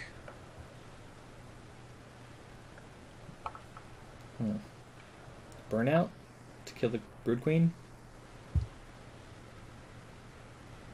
He tried to skill 50, shriek. 50, yep. That said, this is getting very dangerous for Stewart. It's getting low, that's for sure. But I think it's He's in a better position than he was. yeah. So we'll likely see a Lotus come out, Mm-hmm. just so that he has fodder for his Brood Queen. Mm-hmm. Be able to take out the large Nether Drake. Yeah, he needs lane coverage. I almost kind of think, he Lotuses in combats first just to get some more buffs on the Doom Rider. Oh, that's right. The Brood And- Queen can survive combat. Mm-hmm. Yep, that makes sense. Can Brood Queen sack itself to kill something? I don't think No, I've it ever cannot. actually tried that. Yeah, I've never actually tried that, so that would explain why. Because you couldn't. Because you can't.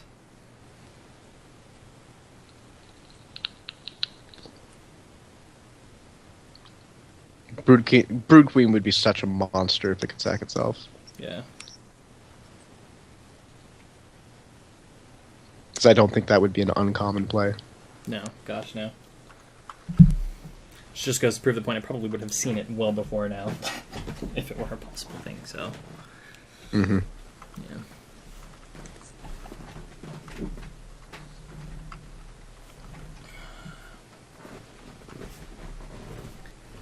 Yeah, I'm here. I'm actually. I think that I'm actually for the pre-combat, Lotus sack, and that is what he ends up doing. Mm-hmm. That's However, also- if Brian gets a skill shriek this turn, it is guaranteed to hit.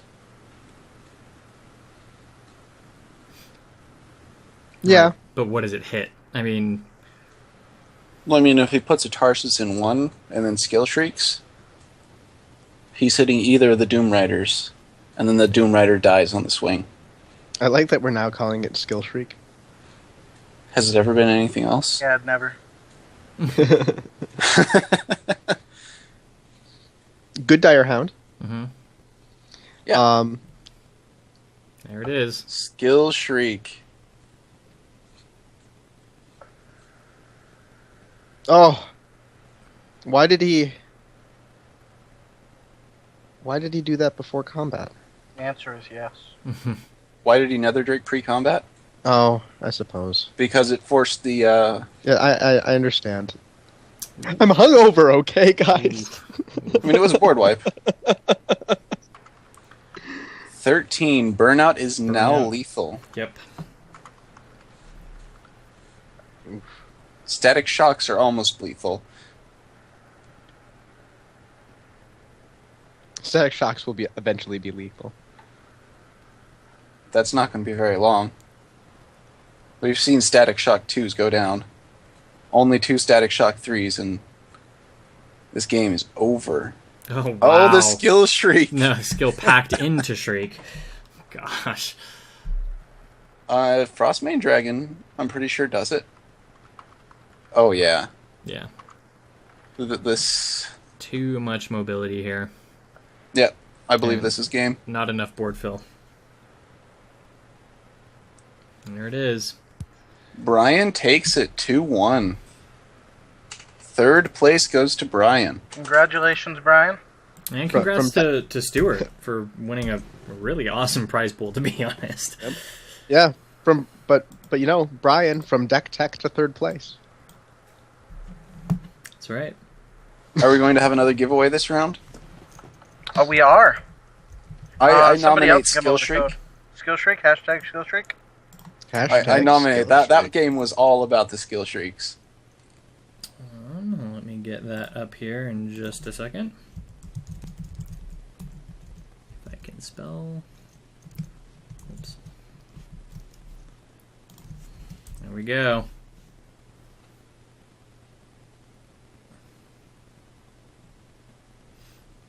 All right, moving into the finals.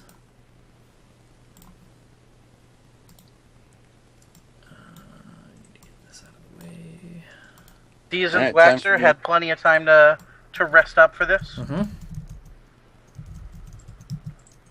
They had their breaks. They are ready. To the finals. To the finals we go. I feel like we need like entry music for this. That's true. Not only is it to the finals we go, it is to the finals for the opportunity to design your own card. And that's a really cool prize. Not many people get to design their own cards and put it into a card game. It's like there's like this elite club. Uh-oh. There's Radrin, another code master of chat. understatements. Radrin is the master of understatements here. Yep.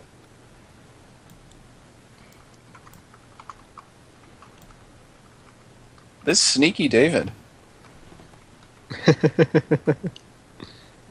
Sneaky David.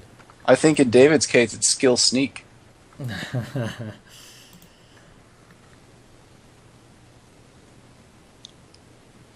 I love how immediately everybody stops spamming because there's a code. I want to know how many people. Code. I want to know how many people went to go redeem code, Control V, and put in Skill Shriek. Looks like the skill shriek was skill shrieking all the way over to the redeem code page. uh,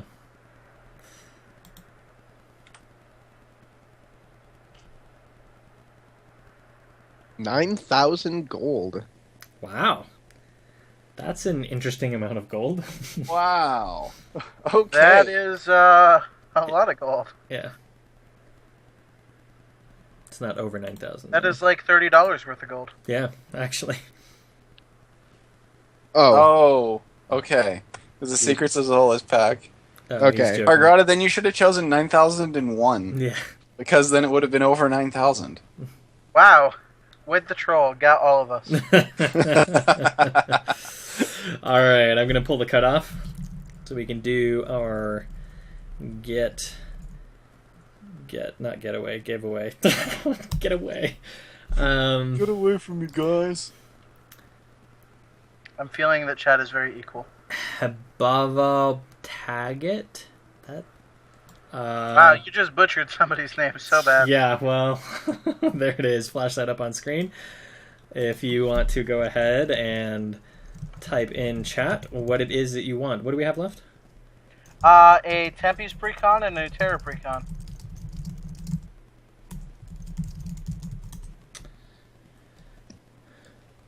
I'm actually How shocked do you even that say that? the Tempest one actually made it this far. Yeah. I am shocked at all of you. For shame. I cannot. You all have believe to hand that in you your were able to Tempe's type that membership out. cards. Yeah. Race car. What was that? I don't know how you were able to type that out. I think you all have to turn in your Tempe's membership cards for letting the Tempe's Precon get away this far. There we have a response. We just need to know which you would like, the Tempest or the Utera pre-constructed deck.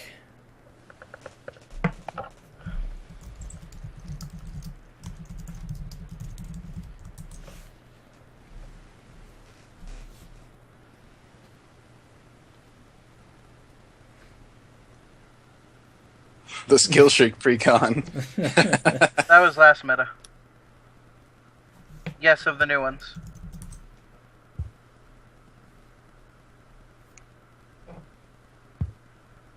Tempe's easily. I like this man. Not even a Yes, question. After my own Oh, heart. Tempe's is all about the blowouts. Alright, sending you a message. I don't know that he can hear me because he seems to be replying in chat and not Skype. So if one of you guys want to type him to check his other box, please. Yeah.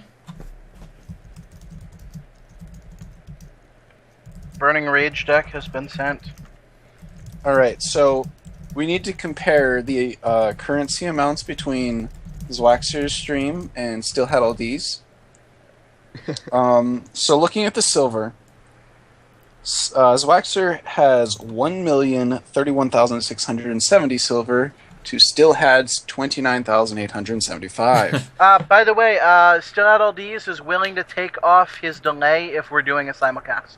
I'm So totally he is fine willing with that. to take off his delay and handguard if Z does the same. Do we have an agreement? Gentleman's agreement, people? Also, he is no longer in the stream, so I'll tell him normally when we get there. Sure. Being the gentleman.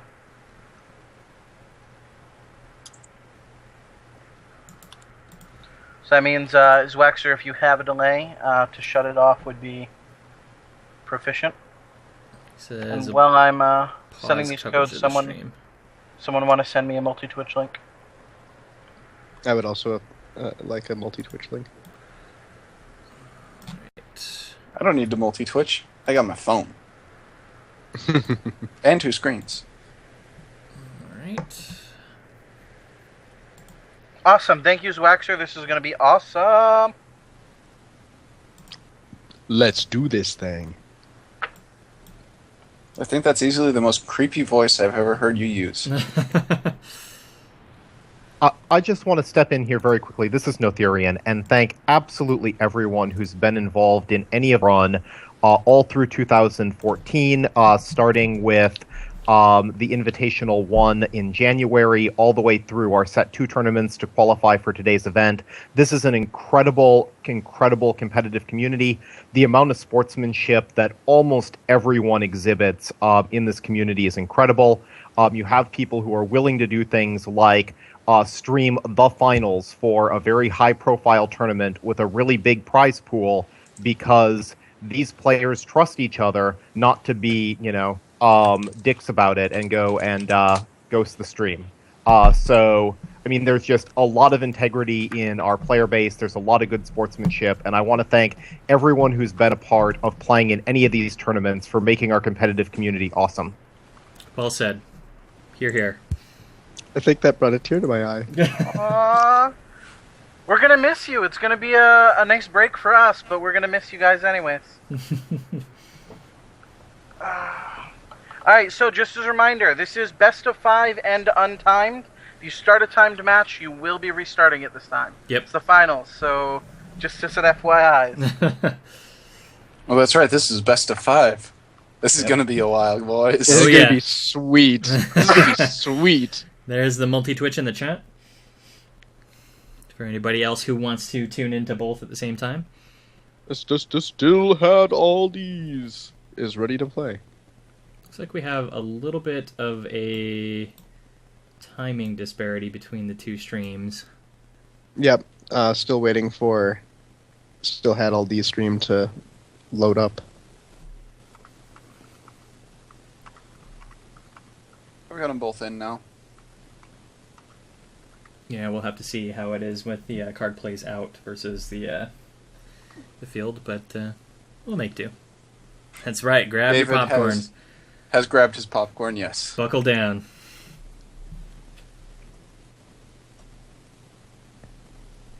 The popcorn has indeed been grabbed. Yep. So still had all the stream a little bit behind. That's all right. All right. Not bad. Not bad. So still had all these leading out with the Gox. Zwaxor is left with a decision point here. It looks like that he's going to go for the Grimgaunt and the Brood Queen. And I do like this decision. The Grimgaunts end up being better later in the game. And still had all these deck is very good at stalling. Incredibly good at stalling. Mm-hmm. This is the matchup of the ages, man. It's funny. All 4 factions represented here. That was a really good draw off the Gox, by the way. Mm-hmm. That or a Tech Battlebrand, I think, could not be better timed. It wasn't last Invitational also all 4 factions? Loving this. No, last Invitational was not all 4 factions.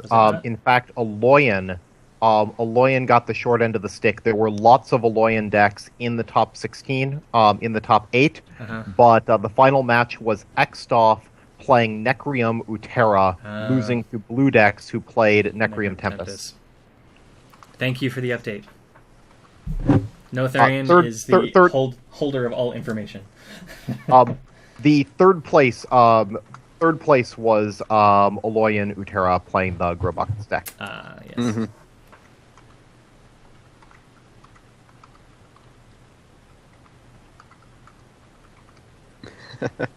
Wow, this hand.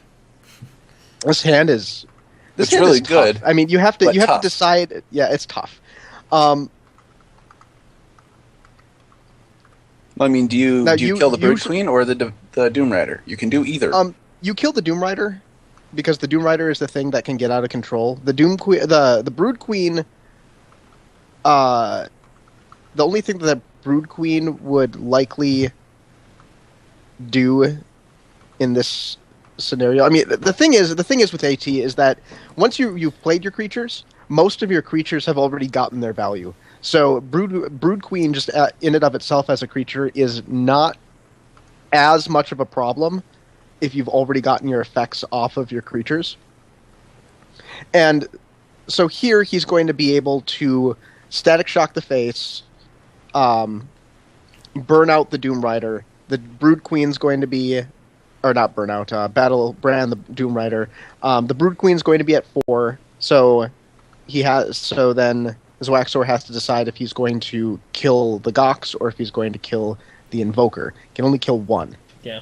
Mm-hmm. Especially as you look at his hand, he's got nothing that on its own is going to be enough reach to take out the Gox by itself, so it really does kind of come down to that decision. I mean, technically he could drop something and Listening Shard it if he wanted to, but I feel like that's probably a little bit of overkill. You save that Listening Shard later for when it gives you that extra bit of reach. I think the real question here is, does the Gox survive? Because if it does... The Gox probably won't survive.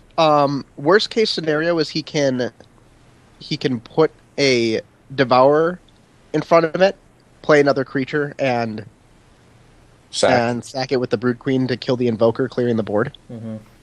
So that leaves him with only a 2/4 Brood Queen, which is easily cleared. Well, he has a Brood Queen in hand, so he has an extra. He's going to have true. an extra creature to sack.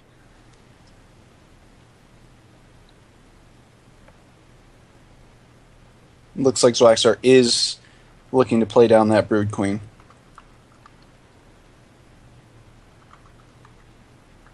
Oof. Yeah, he's And wants the Nephrax. So willing to let the Gox live. Willing to let it live. Which means Yeah, we're going to see and, some gnomes.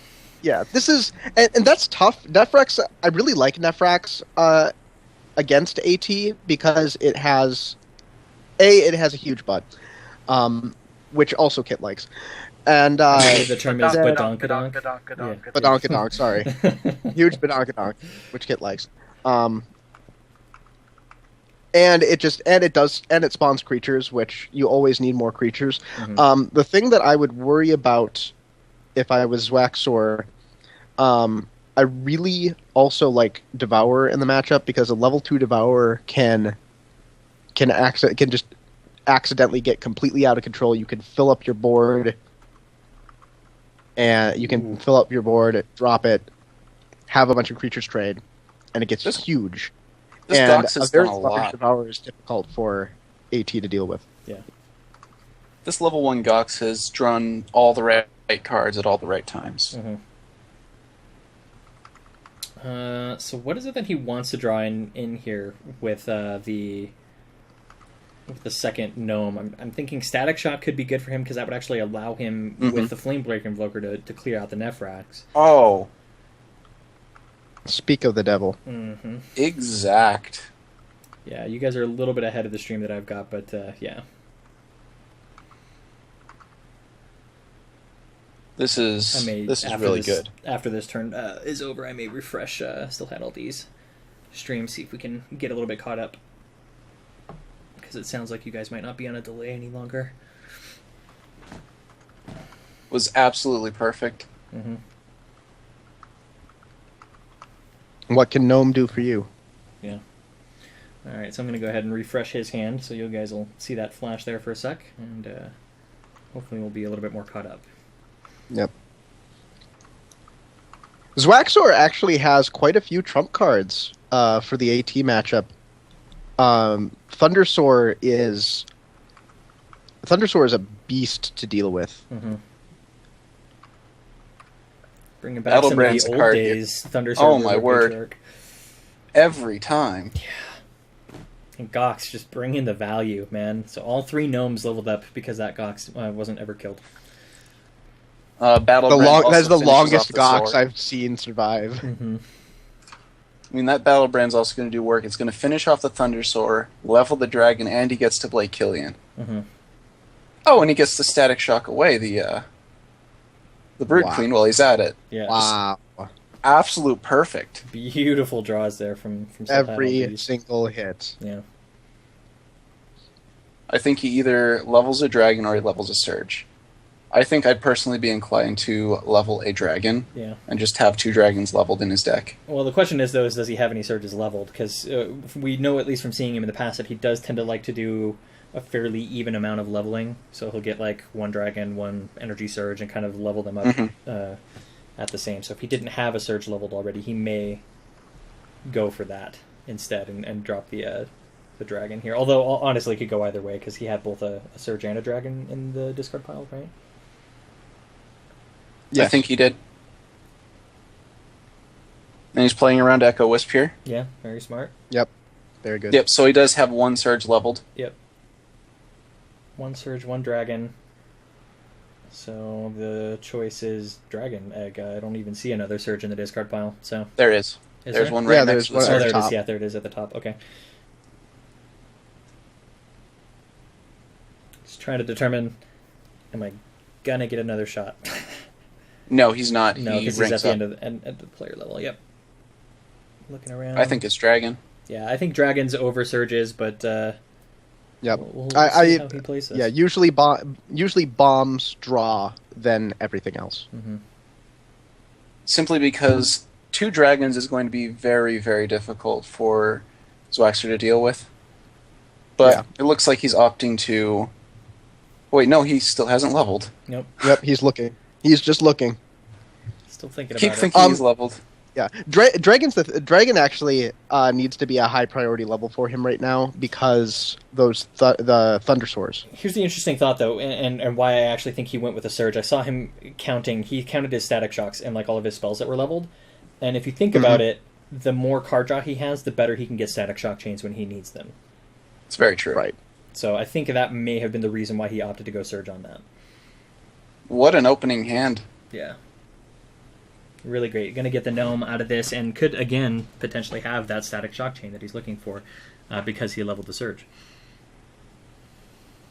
Well, he's already going to get gnomes. Yeah. The aggro leveling control. I forgot about the fact that he also leveled all of his gnomes, Mhm. which also kind of pushes Energy Surge up. Yep. Didn't get another one, but that's okay. Yep. I think he's going for the Gox here, knowing that he's got the other gnomes in deck and just wants to have the card draw for it. Yeah, you and might I as think, well. I think he might let the Thundersoar bash in once. I think he might replace one of the gnomes just to ensure that his Flamebreak Invoker survives a turn. Yeah. Yeah. Because with that card draw, Guys, like, he can afford to take it. everybody in chat, he can't have the name still had all these unless he draws a good enough hand to win and still have all those. He has to have the good draws in order for that to even function. That's true. Yeah, I think we're going to see actually Killian replaced and Empty Lane Gox and Yeah. Flame Break, because it's going to be so difficult for Zwaxer to deal with that. Like, he can afford to take 12. Mhm. He's that Yes, far he can. ahead. Yeah. He's trying to attack the Thundersword with the Gox. Yeah.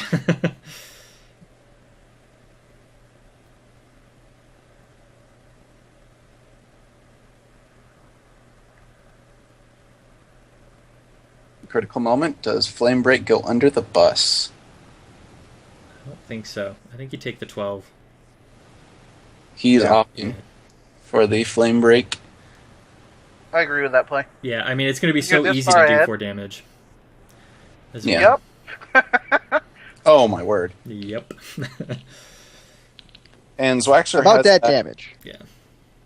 Zwaxer has a Brood Queen in hand, but that ensures that the Brood Queen just doesn't even live. Yeah.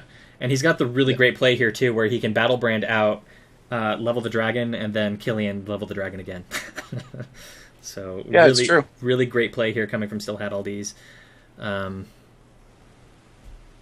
Just so very, But- very good. Zwaxer does have the Brew Queen down. Oh gosh. Oh, wow. The hands. I mean, as is, Wow. Just brutal. this is absolutely brutal. So he gets the full 4 damage and now actually gets to play the Killian, where before it was looking like he was going to be forced to play 2 spells just to clear off the board. Oh no. Oh, wow. And now he doesn't have to. Now he can Static Shock the he can Hey, oh my gosh. Can you guys What? can you guys speak up a little? I'm getting a little static. So I don't think he Static Shocks the Patriarch in 1, just because he's 1 point short. So he Static Shock face, Battle Brand Brood Queen, and then Killian level Dragon. No, he's not 1 point short. He can Static Shock the those are both level 2 Static Shocks, right? Yeah. Yeah, they are. He can Static Shock the Patriarch twice, Mhm. and then throw either one of the battle brands on the Brood Queen, which completely clears the board, levels the dragon, play Killian 2, level the dragon again. Yeah. Like, this is Oh, just that's right. absurd. I was missing on math. Invoker math is hard, guys. But when you've got the absolute perfect draws, yes, it is. Yeah. Invoker math is hard, guys. Yeah. And not quite the follow-up hand for Zwaxer here to deal with a situation like this, too. I think this is quickly getting out of control for him. All right. Does he have to restart the client? He does not. There he is. And there's the dragon. Mm, Oh my word. So he gets the Invoker that's down, sexy. getting a Thundersoar going. Direhound and Thundersoar. So this burnout means the Thundersoar's never attacking. Pretty much, yeah. That So Battle Brand also means the same Correct. thing. Yeah. So essentially, he can just battle, do the 8 damage, and then just finish off the Thundersoar with a spell, and Yep. keep Gox alive that way. And play a dragon. And play a dragon. Play a once at it. dragon. He actually gets to play Battle Brand and level the Surge while he's at it. Mhm. And put an extra 2 damage on the face. Like, this is absurdly good. Hanzo P. I mean, when the AT deck draws, right, it's almost unbeatable. Yeah, and this is honestly the AT deck. I think you couldn't ask for better draws than this. And he has the guaranteed. He's gnome. Just Yeah. drawing perfect every time. And he It's knows beautiful. exactly what his draw is going to get him, so he's going to do that energy surge, and he's at least getting a flame break out of it because it's the only card left in his deck. He doesn't get to Acolyte though, unless he No, he hits the surge he leveled, because a spell was taken by the Aether Phage. Right. Oh, and that puts him up to 5. Right. So disappointing. He can't not play again.